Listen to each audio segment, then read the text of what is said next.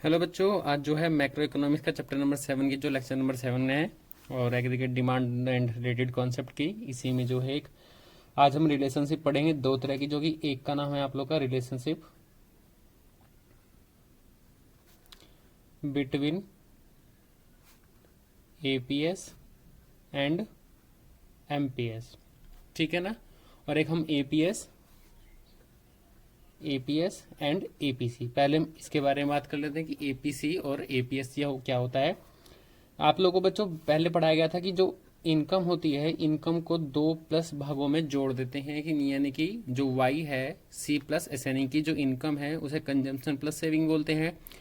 और अगर इनकी इक्वेशन निकाली जाए, अगर मैं इन सभी को डिवाइड कर देता हूँ वाई से, क्योंकि सबका डिनोमिनेटर सेम रहेगा, तो वाई से वाई कटा तो क्या बन जाएगा 1। और C/Y हमारा क्या होता है एपीसी, क्योंकि एपीसी का फॉर्मूला क्या होता है हमारा C/Y, और इसका क्या होता है S/Y। तो C/Y क्या बन जाता है हमारा एपीसी, और प्लस S/Y क्या बन जाता है हमारा एपीसी। तो कहने का मतलब क्या है कि हमारा यानी कि कंजम्पशन और सेविंग अगर इन दोनों को जोड़ दिया जाए तो हमारा किसके बराबर आना चाहिए, हमारा एक के, यानी कि इनकम के बराबर आना चाहिए। तो इसी के रिगार्डिंग हमें दूसरी रिलेशनशिप जो पढ़नी है, हमें पढ़नी है relationship between MPC and MPS.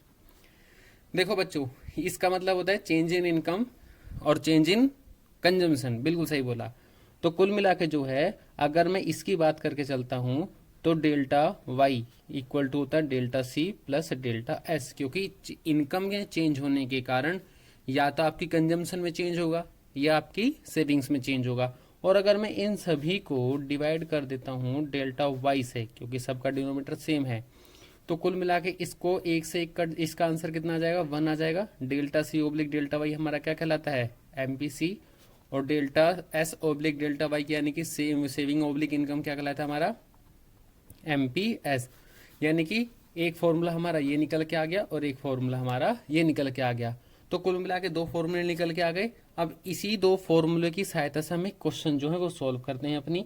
तो इधर मैंने अपनी इनकम मान ली, जो कि 0, 100, 200, 300, 400, 500, 600, और इसी के रिस्पेक्ट में मैंने अपनी कंजम्पशन मान ली, वो भी मेरी अपनी एजम्पशन है, यानी कि 20, 110, 200, 290, 380, 470 एंड देन 560।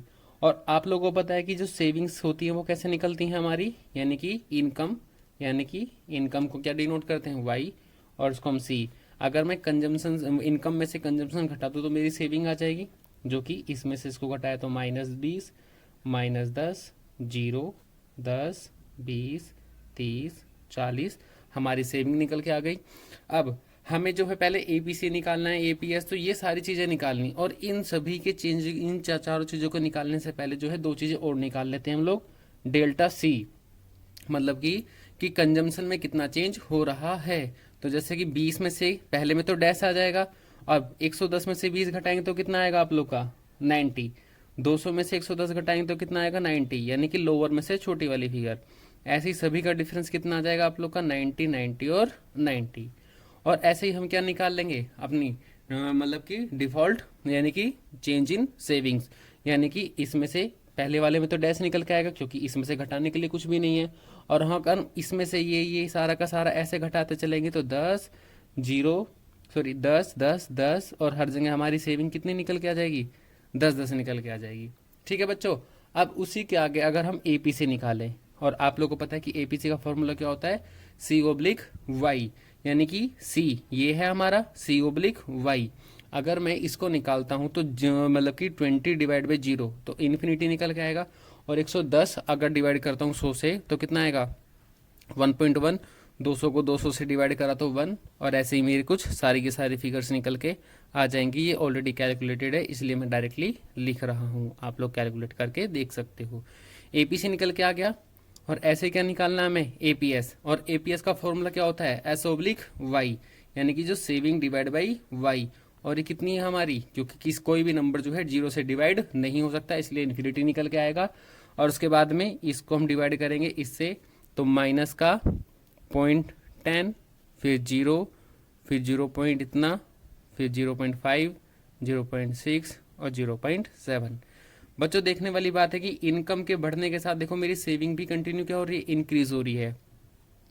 अब एमपीसी कैसे निकलता है, delta C oblique delta Y, और डेल्टा सी मैंने ऑलरेडी कैलकुलेट किया हुआ है, और डेल्टा वाई मेरे को निकालना पड़ेगा। अब जो डेल्टा वाई कैसे निकल के आएगा, इसमें से इसको चेंजेस घटाएंगे, जैसे कि ये निकल के आएगा 100, फिर 100, तो सभी डेल्टा वाई कितना निकल के आ जाएगा, 100 निकल के आ जाएगा। और जो एमपीसी है, एमपीसी कैसे निकलता है, delta C oblique delta Y already निकाला हुआ है, और डेल्टा सी ऑलरेडी निकाला हुआ है, डेल्टा वाई हमेरा हमेशा 100 निकल के आएगा। तो डिवाइड करेंगे तो 0.90, 0.90, 0.90, 0.90, और ऐसे मेरा हर बार यही निकल कर आएगा।